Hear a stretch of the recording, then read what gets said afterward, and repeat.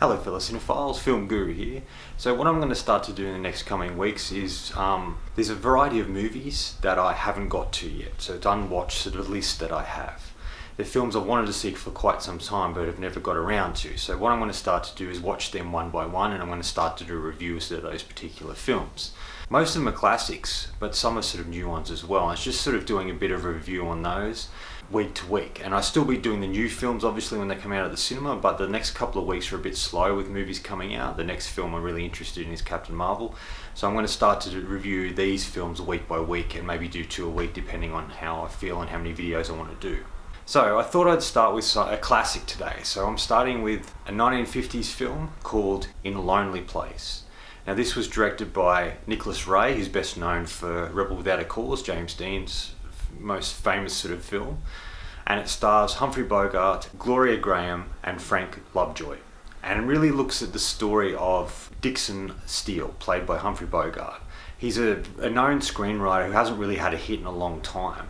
Ultimately, he's given an opportunity to adapt a book into a screenplay. Now this is his opportunity to be put back in limelight once again, put back on the map.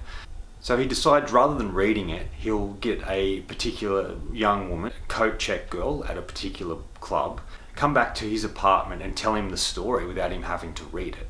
And ultimately this is what he does. Upon them arriving in his apartment, he runs into a fellow neighbour that he doesn't really know that well, Laurel Gray, played by Gloria Graham. And there's something between those two, just a quick flash of something. And ultimately he takes the young woman back to his apartment where she begins to tell him the story. Once he's sort of satisfied with the story she's telling and what he can write as a script, he ultimately tells her that she could leave, gives her $20 and tells her where the particular taxi stand is to get a cab home. And he goes to sleep. He wakes up in the morning with a knock at the door, and it's a particular police officer played by Frank Lovejoy, a man that Dixon knows quite well from the army and World War II. He's told that he's wanted for questioning in a particular matter and is taken down to the police station, where the captain in charge begins to interrogate Dixon Steele and explains to him that the young woman that he was seen with has been murdered, and everything's sort of pointing to him as a prime suspect in a way. So he's trying to explain his whereabouts and what was happening, and ultimately Laurel Gray, Gloria Graham's character, becomes his alibi, saying she did see him and that he didn't leave his apartment after the time that the young girl did. And ultimately this starts a romance between these two people that are sort of from different sides of the world. She's trying to become an actress and he's trying to get it back on the map as a screenwriter. And their relationship becomes quite strong and passionate, but it also becomes turbulent along the way. As the investigation continues into the death of this young woman, shadow of a doubt is thrown upon Dixon Steele, and Laurel is starting to doubt whether he is innocent. Did he kill this girl? She's not quite sure, and she's quite conflicted and a bit scared of him and wants to know the truth but doesn't know what it will be or how she will react to it. And this all sort of contributes to the story.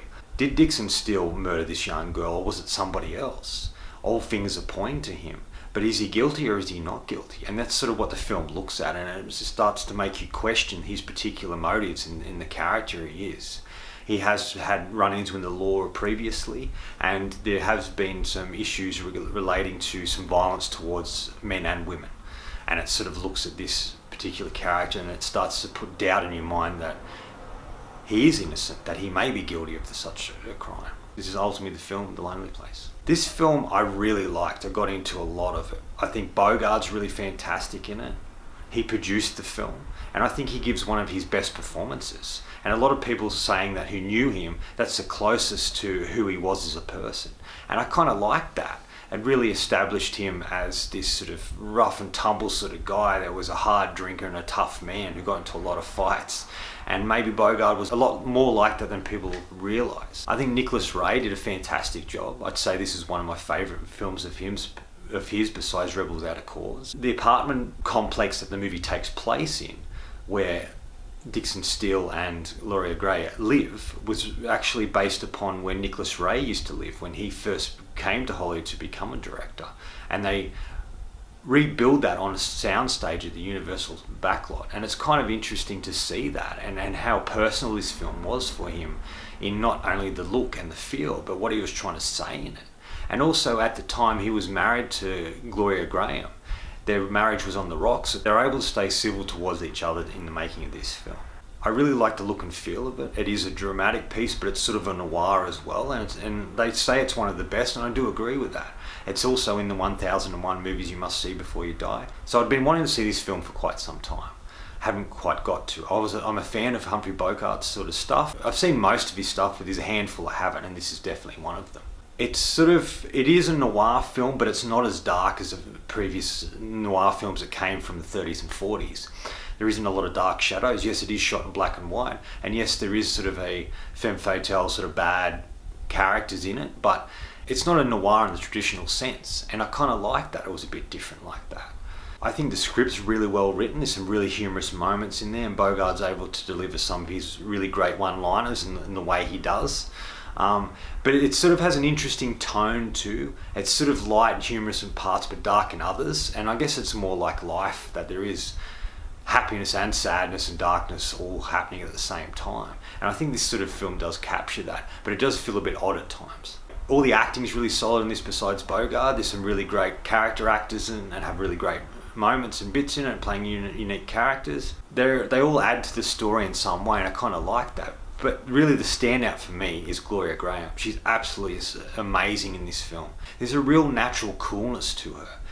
You believe her as this particular character. She sort of glides across the screen with this particular walk, and she's just mesmerizing. She's such an interesting looking person, and such a coolness and laid backness to the actress that adds a lot to the particular characters she plays. She's able to be dramatic but also humorous and light. And this is a role that originally the director looked at Lauren Bacall to be in, but he felt that his wife, Gloria Graham, would have been a better option. And she's sort of fantastic in this. This is like her standout film, I think.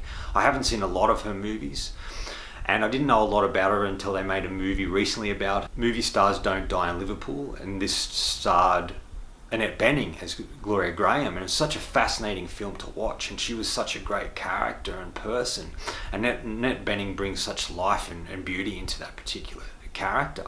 After that, I became interested in her. She ended up winning an Oscar for a supporting role in The Bad and the Beautiful with Kirk Douglas, a film I'm yet to see, but I really want to. This sort of film encapsulates her ability. I want to see a lot more of it, and I was really impressed with this film. And if you're a fan of noir and the Humphrey Bogart and old school films like that from the 50s, you'll probably get a lot out of this. Final verdict. Look, I thoroughly enjoyed this film. The noir genre is one I really particularly love, and this sort of encapsulates a lot of what I like about that particular genre, and I was really impressed with what I saw. If you're a fan of Humphrey Bogart, if you like old classic films from the 50s with really well written script, well-rounded characters, and an interesting storyline, you might get a lot out of this. If you want to see Gloria Graham give one of the best performances of her career, this is definitely for you as well. I'm going to give In a Lonely Place 4.5 out of 5. I was really impressed with what I saw, and it's a film that is a true classic and deserves to be in the 1001 movies you must see before you die, and is worth a watch. Final thoughts.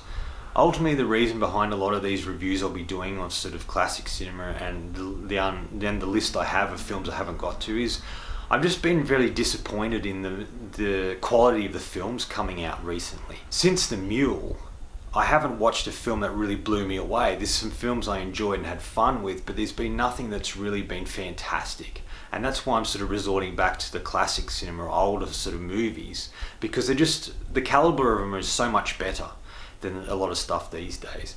And I really want to go back and talk about that and recapture that sort of essence and enjoy movies once again, because I'm losing faith in a little bit in cinema it's being provided to us now. And the Oscars was disappointing as well, so I'm just trying to find solid ground once again on these particular films. Anyway, that's all from me today. Thanks for watching. If you enjoyed this video, please hit subscribe down the bottom. Otherwise, until next time, enjoy the movies.